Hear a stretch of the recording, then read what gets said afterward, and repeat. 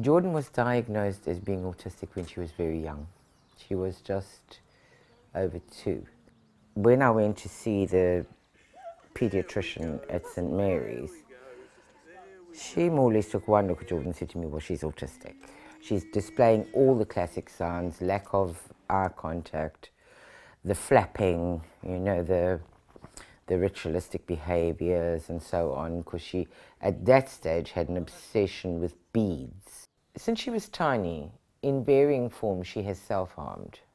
When she was very small, she used to pull her hair out until the whole back of her head here was as bald as an egg.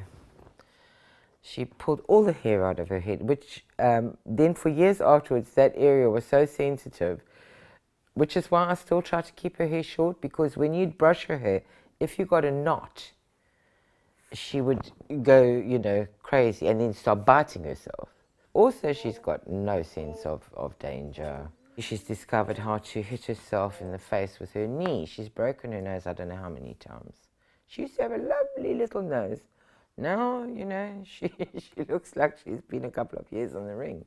When you first get diagnoses and everything, you just don't know where to start and you don't quite know where to turn. And I tried the usual thing that I think most parents go through. I put her into a mainstream nursery. I'm glad I did, because although she had a one-to-one, when I saw her with such a huge group of children trying to cope, and them trying to cope with her, because it's not a one-way street, I thought this isn't going to work. How's Jordan's day? Are we good? I vividly remember the day I came here. It was in the middle of a snowstorm in February, and I was looking at schools because it was, at that stage, I'd spoken to her teachers, I'd spoken to the psychiatrists, the social workers, everybody, and we were sort of saying, like, again, as much as I hate the thought, it is time for Jordan to move on to residential. You've got to think of everybody and try to think what is best for everyone. We did a tour around the school itself, around the classrooms and everything, and I was very happy with, very small classes, a lot of staff, the staff ratio and everything to children was good. I had looked at another school, which would have been closer to home because it was in Surrey, but ultimately I thought, well, this is the best place for her.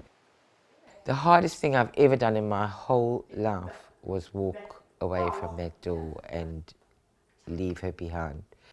And looking back, wasn't that the best thing for her? She's so happy, she's confident, she's turned into a lovely young lady.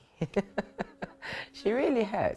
Jordan has benefited massively from having, for one thing, a very peaceful place to stay. There's not all that racket of the city and, noises that can really drive her crazy. Because, she does get that sensory overload. It gets too much at times. She's benefited hugely also from the full-time attention that she gets. And the activities. She's got a better social life than I do. She gets to do far more. She goes horse riding, she goes swimming, she goes to movies, she goes to restaurants, she goes shopping. The girl lives a life of Riley. She has a great time. And she loves it. Jordan works in our Grandin building and has been with us since she was 10 years of age. What we're looking for is the adult skills. And Jordan, since she's been with us, has blossomed. She's a beautiful young lady. And apart from the actual numeracy and the literary skills, it's the communication. So our focus is about communication and how they can communicate without language with the people in the community. Hi, Jordan. I want blue. Say ice cream, Jordan. Oh. Hey! It's great. The needs of the child is placed first. That is the highest priority as far as I'm concerned. They put the children first. What do they need? How can we keep them safe and happy, and keep them moving forward? And I think that's great. You can't ask for better than that. The staff are lovely. They are absolutely marvellous. They are so dedicated with the kids. When I come on into the houses and see what's happening, there's always just a happy, homely feel with children always doing something that they want to do, and it's their choice. When I think about Jordan, she's an established child that's lived at Acorn Park for some time now. She came to us with lots of challenges, and I think we've worked through those challenges successfully with her. She lives in a girls' unit. She interacts well with her peers. She particularly loves girly nights. Anything that happens, I'm kept in the loop constantly. I never feel she's not my child or somebody's taken her away from me. She is my child, very much still my child, I have a say. At this school, they have a parents' house where you can come. I spend the whole weekend, and it's wonderful. I get away from London for a weekend, I relax, I get to spend time with my daughter. And the thing I love too about this school, they've always been very open here. I think it's done us all actually the world of good, because it gives everybody breathing space. It does. Because, and also now when Jordan comes home, she tends, knock on wood, to be calmer.